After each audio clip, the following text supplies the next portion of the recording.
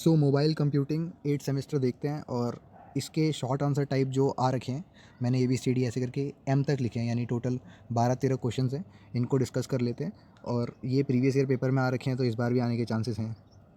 ठीक है, तो पहला क्वेश्चन आता है और कुछ चीज़ें तुम्हें लगेगा कि ये क्वेश्चन हमने देखे हुए हैं पहले, तो जैसे टनलिंग हो गया, वो CDMA FDMA हो गया, ये सब दोबारा से रिवाइज भी कर लेंगे। पहला है कि distinguish between infrastructure based network and ad hoc network.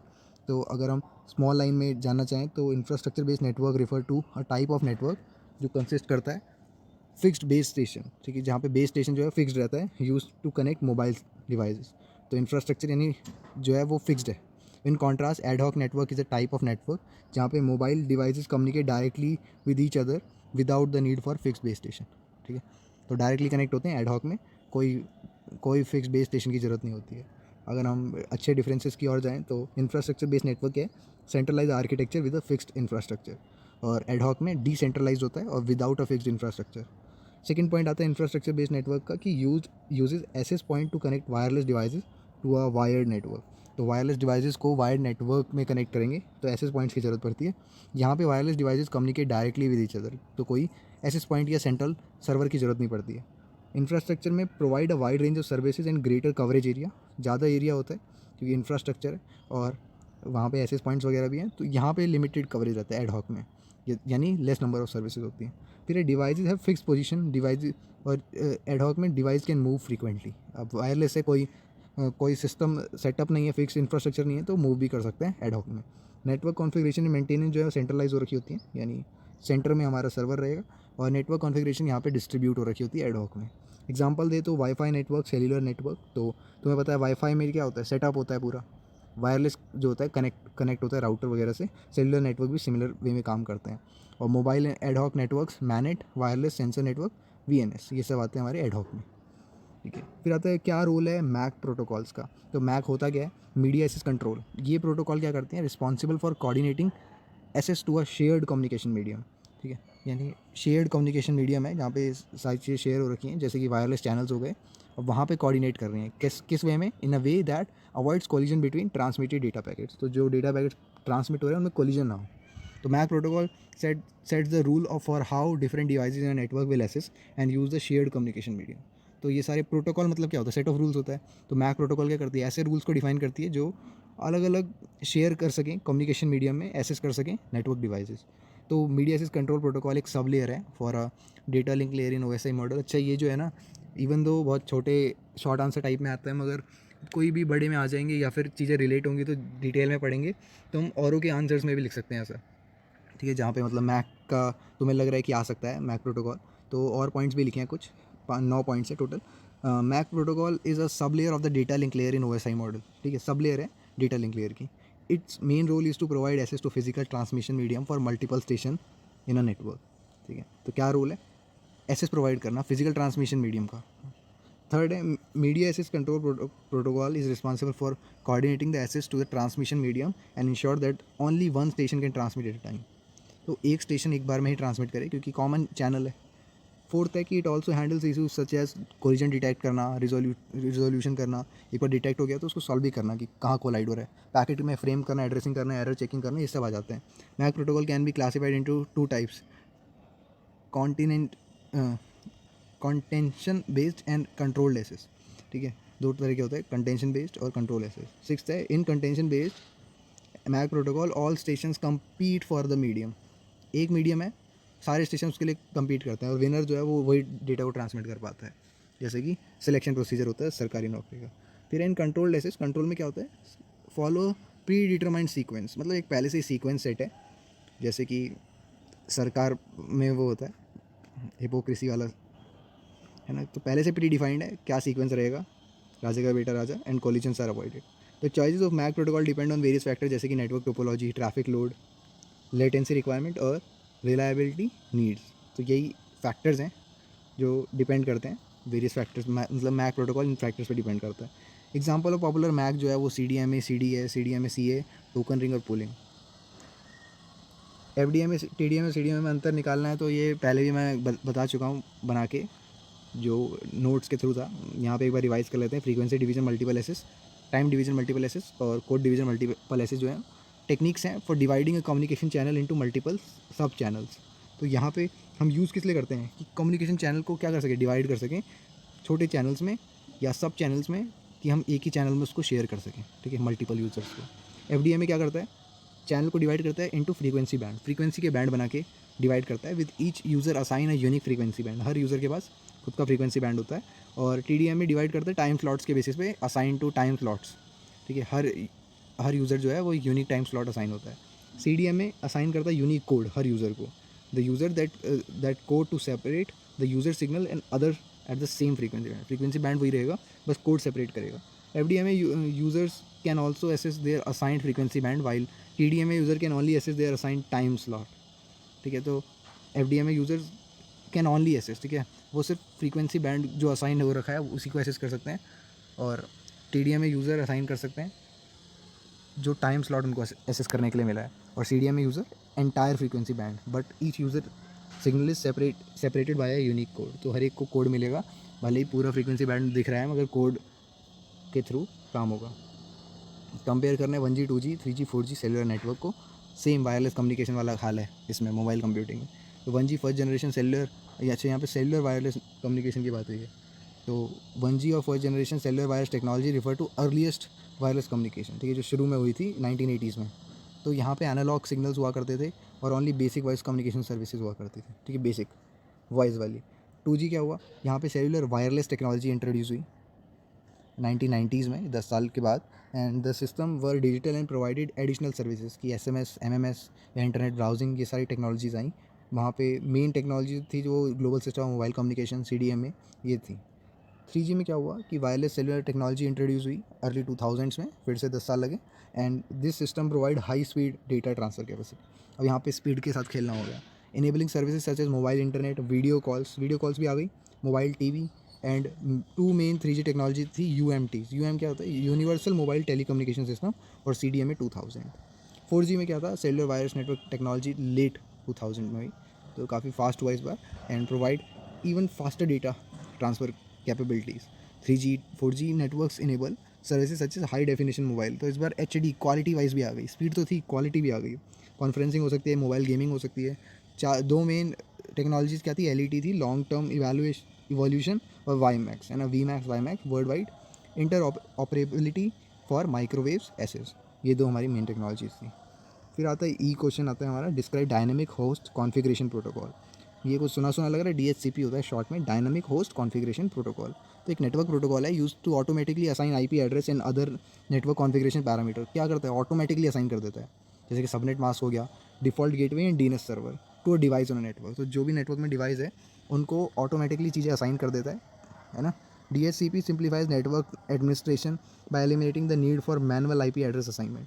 तो ये चीज़ें मैनुअल जो एड्रेस असाइनमेंट हुआ करता था, जो खुद से करना पड़ता था, अब DHCP सिंप्लीफाई कर देते हैं नेटवर्क एडमिनिस्ट्रेशन का काम। मतलब जो एंड यूज़र है उसको टेंशन लेने की ज़रूरत नहीं है, उसको ये सारी टेक्निकलिटीज़ आने की ज़रूरत नहीं है। When a device connect to a network it sends a DHCP discover message to request an IP address, और DHCP सर्वर क्या करता है, on the network then respond to the DHCP offer message that include IP address, subnet mask, सारी details हैं। तो जब भी कोई नेटवर्क में डिवाइस कनेक्ट होता है तो वो DHCP डिस्कवर मैसेज भेजता है उस IP एड्रेस को, और वो DHCP server on the network क्या करता है, रिस्पॉन्ड करता है DHCP ऑफर, जो इंक्लूड करता है हमारा IP address, subnet mask, default gateway, DNS server. तो the device that can accept the offer and receive the assigned IP and the other configuration parameter. तो वो जो डिवाइस होता है वो एक्सेप्ट करता है ऑफर को and receive the assigned IP address, जो असाइन करा है IP एड्रेस, और बाकी कॉन्फ़िगरेशन के पैरामीटर्स को ले सकता है। बाद में अगर मैनुअली चेंज करना तो कर भी सकते हैं, मगर डिफ़ॉल्ट आ ही जाता है। तो discuss the advantage and disadvantage of mobile TCP। Mobile transmission control protocol एक प्रोटोकॉल है use for reliable data transfer. तो ट्रांसमिशन यानी हमें ट्रांसमिट हो रहा है डेटा, तो डेटा ट्रांसफ़र जो है वो रिलायबल होना चाहिए ना, इसलिए इस प्रोटोकॉल का यूज़ कर रहे हैं। Over mobile networks, mobile TCP है तो मोबाइल नेटवर्क्स के थ्रू। एडवांटेज डिसएडवांटेज देख लो, क्वेश्चन में तो यही पूछा है। तो एडवांटेज क्या है, प्रोवाइड रिलायबल डेटा ट्रांसफर, पहली बात तो यही होगी। Which are prone at high packet loss, जहाँ पे नेटवर्क कंजेशन हो सकता था, नेटवर्क पैकेट लॉस हो सकता था, तो यहाँ पे रिलायबल डेटा ट्रांसफर हो रहा है मोबाइल नेटवर्क के थ्रू। मेंटेन करते हैं high level of throughput. Throughput क्या होता है, बैंडविड्थ होता है, कितने लेंथ में जा रही है ना, बाय यूजिंग टेक्निक्स जैसे कि slow start, congestion avoidance and fast retransmit. फिर थर्ड है, सपोर्ट करता है सिलेक्टिव एक्नॉलेजमेंट और रीट्रांसमिशन ऑफ लॉस्ट पैकेट, कि जो पैकेट लॉस्ट हो जाते हैं वो टाइम टू लिव उनका खत्म हो जाता है जो भी है, तो सेलेक्टिव एक्नॉलेजमेंट होते हैं, ठीक है, which helps to reduce network congestion third है, फोर्थ है मतलब अडेप्ट करता है चेंजिंग नेटवर्क कंडीशन को by adjusting the congestion window size. ठीक है, मतलब अगर नेटवर्क की कंडीशन चेंज हो रही है, ज़्यादा हो रही है, तो विंडो साइज़ उसके अकॉर्डिंग चेंज हो जाएगा। और रीट्रांसमिट टाइम आउट वैल्यूज़। ठीक है, तो टाइम आउट हो चुके होती हैं उन वैल्यूज़ को रीट्रांसमिट करता है। डिसएडवांटेज क्या क्या है? Can lead to long delays due to the time required, है ना, क्योंकि रीट्रांसमिट कर रहा है तो उसमें डिले हो सकता है। और can be affected by mobile network factor, जैसे कि सिग्नल की स्ट्रेंथ हो गया, interference, mobility, which can cause additional packet loss and delays. Third है, can consume a significant amount of network resource due to high number of retransmit. ठीक है, तो ये कंज्यूम कर सकता है नेटवर्क रिसोर्सेज को। अब इतने सारे रीट्रांसमिट कर रहा है तो रिसोर्सेज तो यूज़ होंगे ही, रिक्वायर इन कंजेस्टेड नेटवर्क्स। तो can be incompatible with some mobile network technology, जैसे कि सैटेलाइट नेटवर्क हो गया, due to high latency and low bandwidth. तो इस वजह से ये सैटेलाइट टेक्नोलॉजी के साथ भी इनकम्पैटिबल हो सकता है, यानी दिक्कत हो सकती है ना, डिसएडवांटेजेस हैं। How does slow start help improve the performance of TCP? Slow start से टीसीपी की क्या परफॉर्मेंस में हेल्प होती है? To improve the performance of data transfer over network. ठीक है, पहली बात तो हमें पता है स्लो स्टार्ट क्यों यूज़ करते हैं, कि परफॉर्मेंस इंप्रूव हो पाए। When a connection establish between two devices, slow start is use to gradually increase the amount of data being sent. ये मतलब डेटा जो होता है वो धीरे धीरे बढ़ता है। ठीक है, द सेंट जैसे वो करते हैं ना हम, कि 1 के बाद 2, 2 के बाद 4, 4 के बाद 8, ऐसे करके चलता है। मतलब वो तो कंडीशंस बेस्ड है। The sender start by sending a small amount of data, then increasing the amount gradually as acknowledgement are receive from the receiver. तो ये प्रिवेंट करता है नेटवर्क कंजेशन को और इंश्योर करता है डेटा जो है ट्रांसमिट हो इफेक्टिवली या एफिशिएंटली। एच क्वेश्चन कहता है कि क्या कंस्ट्रेन है मोबाइल डिवाइसेस ओएस के? तो the mobile device operating system के कुछ कंस्ट्रेन है that limit their capabilities compare to desktop operating system. तो दिस कंस्ट्रेन इंक्लूड करता है limited processing power. Processing power क्या लिमिटेड है, मेमोरी लिमिटेड है, बैटरी लाइफ लिमिटेड है, स्क्रीन साइज लिमिटेड है। तो ये सारी कंडीशंस तो हैं। Mobile devices also have limited connectivity options such as cellular network या wifi which may not always be available और रिलायबल। ठीक है, तुम जैसे एसएसएच कनेक्शन करते हो या तुम रिमोट लॉगिन करते हो, तो ये सब मोबाइल में पॉसिबल नहीं। Additionally mobile devices OSs often have more stringent security requirement due to the sensitive nature. ठीक है, तो सिक्योरिटी रिक्वायरमेंट उनके इसी प्रकार से और सेंसिटिव नेचर होने की वजह से data being stored and transmitted on this devices. जिस तरह का डेटा है उस तरह से काफ़ी सिक्योर है ना। जैसे तुम विंडोज़ के लिए तुम्हें एंटीवायरस लेना पड़ता है, मोबाइल के लिए कम यूज़ करते हैं। ठीक है, या ना के बराबर पॉपुलर है ही नहीं। Explain data data dissemination. ठीक है, ये हमने देखा था जब हम सिलेबस भी पढ़ रहे थे, तो ऐसे ये मैंने बोला था कि ऐसा क्वेश्चन आएगा ही आएगा। तो एक्सप्लेन करना है data dissemination issues in mobile network. तो अगर आता है तो अच्छी बात है।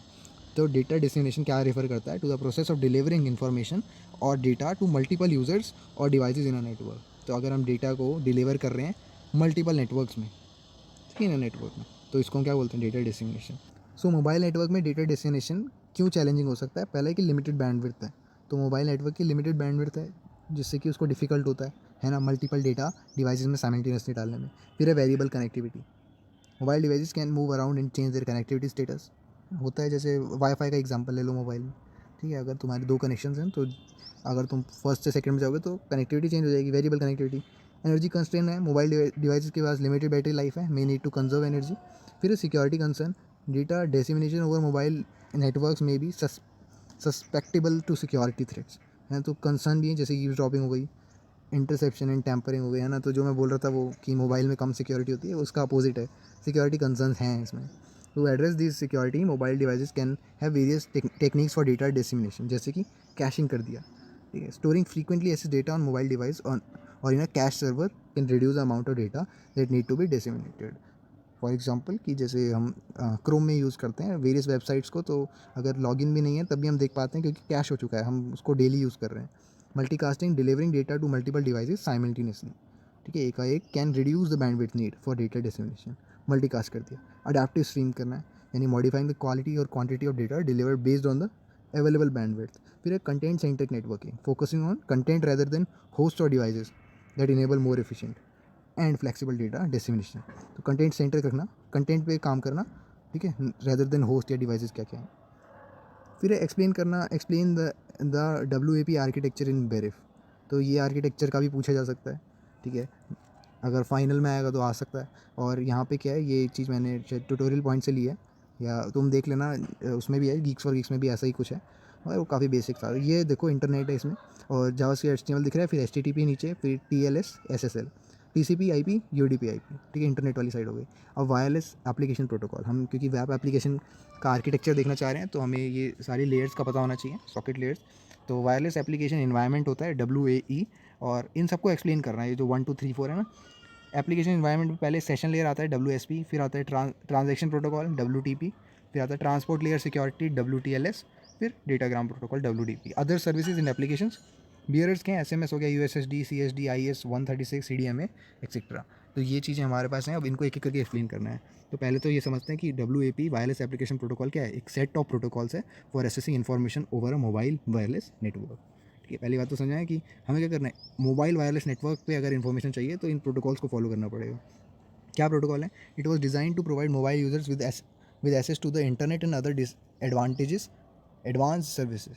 ठीक है, तो ये हमारी हेल्प करता है कि हम इंटरनेट या एडवांस सर्विसेज का यूज़ कर पाएँ। और इस आर्किटेक्चर में कुछ लेयर्स होती हैं, मैंने बताया क्या क्या लेयर्स हैं। पहले वायरलेस एप्लीकेशन एनवायरनमेंट जो प्रोवाइड करता है एप्लीकेशन फ्रेमवर्क, ठीक है। फिर आता है सेशन प्रोटोकॉल, तो प्रोवाइड करते हैं reliable two way transmission of data with mobile device and WAP gateways. फिर आता है WTP, ये क्या करता है, रिलायबल ट्रांसपोर्ट प्रोटोकॉल। तो अगर तुम्हें इनकी फुल फॉर्म ही पता है तो तुम्हें आइडिया लग पा रहा है, वायरलेस ट्रांजेक्शन प्रोटोकॉल। तो ये क्या करता है, ट्रांजेक्शन्स होती हैं, तो reliable transport protocol for high level protocol जैसे WSP। फिर है ट्रांसपोर्ट लेयर सिक्योरिटी, यहाँ पे सिक्योरिटी प्रोवाइड करता है, इंक्रिप्शन, ऑथेंटिकेशन, डेटा इंटीग्रिटी इन वेब कम्युनिकेशन। ठीक है, फिर डेटाग्राम प्रोटोकॉल क्या करता है, प्रोवाइड करता है layer for transmitting data over different wireless network जैसे GSM CDMA हो गया। तो the wireless application protocol gateway act as a proxy between the mobile device और इंटरनेट। ठीक है, और the translation it translate the web protocol into HTTP और other internet protocol. और web support different type of content including WML, तो markup language को भी support करता है, which is a markup language design for small screen and low bandwidth network. ठीक है, जिनकी लो बैंडविड्थ है उसको भी सपोर्ट करता है।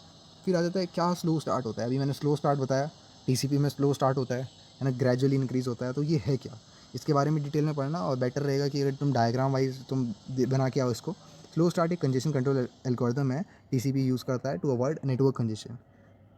इन mobile computing slow start is use to manage the transmission of data between mobile device and wireless network. तो जो भी हम पढ़ते आए ना कंप्यूटर नेटवर्क्स में, वो मोबाइल के थ्रू अगर देखना चाहें मोबाइल में किस तरह का होता है, वही सिमिलर चीज़ें हैं। तो in mobile computing slow start use होता है to manage the transmission of data between mobile device और वायरलेस नेटवर्क में। तो जब कनेक्शन स्टैब्लिश होता है बिटवीन मोबाइल डिवाइस और नेटवर्क पे, slow start algorithm start by sending a small amount of data.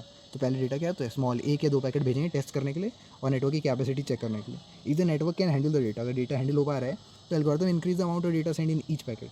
तो हर बार डेटा का अमाउंट इंक्रीज होता रहेगा gradually and the speed of transmission, तो उसी हिसाब से ट्रांसमिशन की स्पीड भी बढ़ेगी। If the network become congested the slow start algorithm reduce the amount of data send. ठीक है, एक समय ऐसा आया कि ज़्यादा ही डेटा हो गया तो रिड्यूस कर सकते हैं हर पैकेट का, स्लोइंग डाउन द ट्रांसमिशन और प्रिवेंटिंग फर्दर कंजेशन।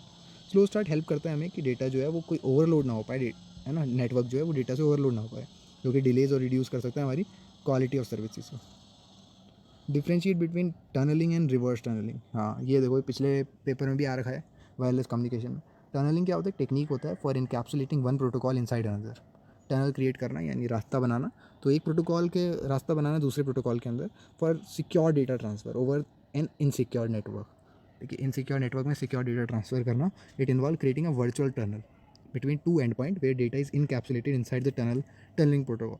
तो देखो कितनी सिक्योरिटी बढ़ रही है उस नेटवर्क के अक्रॉस। तो the receiver end point decapsulate the data by removing the outer protocol layer and extract the original data. ठीक है, काफ़ी ईजी भाषा में अगर तुम देखना चाहो कि हम एक माउंटेन के अंदर से टनल बना रहे हैं कि डेटा सिक्योरली जा पाए, और फिर वो पत्थर हटा के देखना पड़ेगा कि जो सामान है वो एंड से आ रहा है कि नहीं, वैसा ही कुछ है।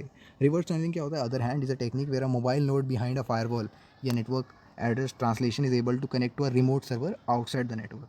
तो अगर ऐसा हो पा रहा है यानी मोबाइल नोड जो है फायरवॉल के बिहाइंड है, पहली बात तो ये है। ठीक है, network address translation is able to connect to a remote server, एक रिमोट सर्वर को कनेक्ट कर सकते हैं जो नेटवर्क के बाहर है, एक टनल बना के in the opposite direction of the normal tunnel. ठीक है, it allows a server outside the network to initiate a connection with the mobile node by encapsulating the request inside a tunnel. ठीक है, तो ये चीज़ें क्या होती हैं, मोबाइल नोड से शुरू होती हैं और टनल जो जाता है नेटवर्क को जाता है in opposite direction.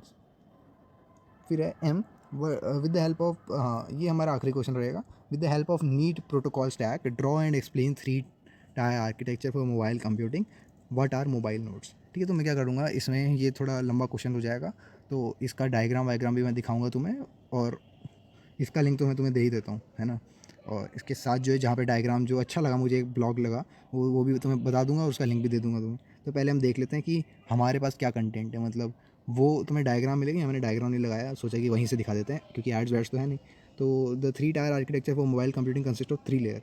Mobile client layer, application layer, backend layer, ये 3 लेयर हो गई। अब मोबाइल क्लाइंट लेयर क्या है, कंसिस्ट करती है mobile device that are use for accessing and interacting with mobile applications. ठीक है, ये लेयर क्या क्या कंसिस्ट करती है कि इंटरेक्ट कर पाए और एसेस कर पाए क्या, मोबाइल एप्लीकेशंस को।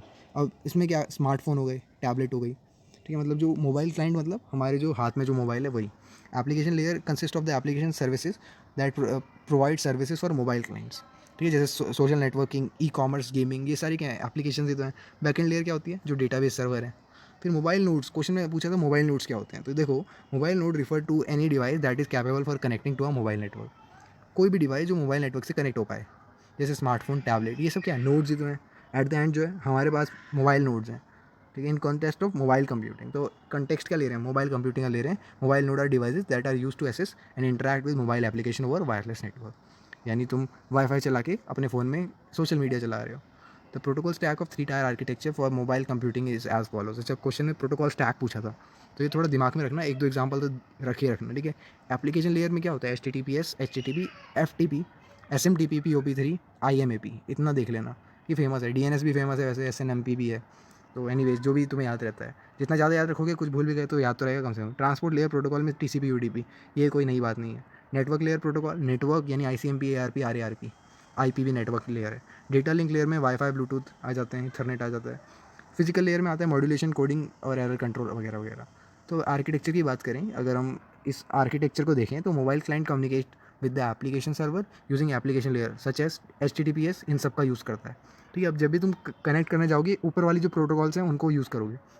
Transport layer TCP, UDP responsible for establish और मेंटेन करना कनेक्शन को। ठीक है, देखो एप्लीकेशन लेयर से कनेक्ट करा using protocol HTTP। Transport layer ने क्या करा, स्टैब्लिश करा, मेंटेन करा कनेक्शन को यूजिंग TCP, UDP। और ये मोबाइल कनेक्शन मोबाइल क्लाइंट और एप्लीकेशन सर्वर के बीच में हो रहा है। द नेटवर्क लेयर प्रोटोकॉल जैसे IP रिस्पॉन्सिबल फॉर राउटिंग, अब उसको राउट सही बनाए डेटा पैकेट्स का, तो ये IP का काम है, हमारे नेटवर्क लेयर प्रोटोकॉल का काम है। और डेटा लिंक लेयर क्या करती है, such as wifi, Bluetooth, responsible for providing wireless connectivity. Wireless connectivity के लिए रिस्पॉन्सिबल है for mobile communication. Finally physical layer are responsible for transmission and reception of data over wireless network. ठीक है, ये हो गया। अब मैं आता हूँ, तुम्हें एक बार डायग्राम के थ्रू भी दिखा देता हूँ। सो ये मुझे अच्छा लगा कि यहाँ पे क्लाइंट टायर दे रखा है, अभी यही नहीं है, इसके नीचे भी है क्लाइंट कंप्यूटर, उसके बाद business logic tyre, database tyre. तो यहाँ इन्होंने लिख रखा है अच्छे से कि फर्स्ट लेयर प्रेजेंटेशन एप्लीकेशन, फिर डेटा एसेस लेयर। तो यूज़र इंटरफेरेस है यहाँ पे, देख रहे हो, टायर 1 जो है प्रेजेंटेशन लेयर है, फिर प्रॉक्सी, फिर मैनेजमेंट मिडल वेयर है। इतने तुम तब से इसको यूज़ करते आ रहे हो और काफ़ी बार काफ़ी आंसर में लिख भी चुके हो, तो इतना दिक्कत तो होना नहीं चाहिए। एप्लीकेशन टायर, डेटा टायर, है ना। फिर प्रेजेंटेशन लेयर के बारे में बता दिया कि क्या करती है layer. This layer present data to the user and optionally permits data manipulation. ठीक है, data manipulation, data entry present कर रहे हैं तो परमिट भी करती है ऑप्शनली, ज़रूरी नहीं है। एप्लीकेशन लेयर क्या है, business logic act as a server for client request. और सिमिलर वे में डेटा एसेस लेयर है, ये भी है, avoid dependency on the storage. ठीक है, तो यही था मोबाइल कंप्यूटिंग आर्किटेक्चर है, इसको पढ़ लेना।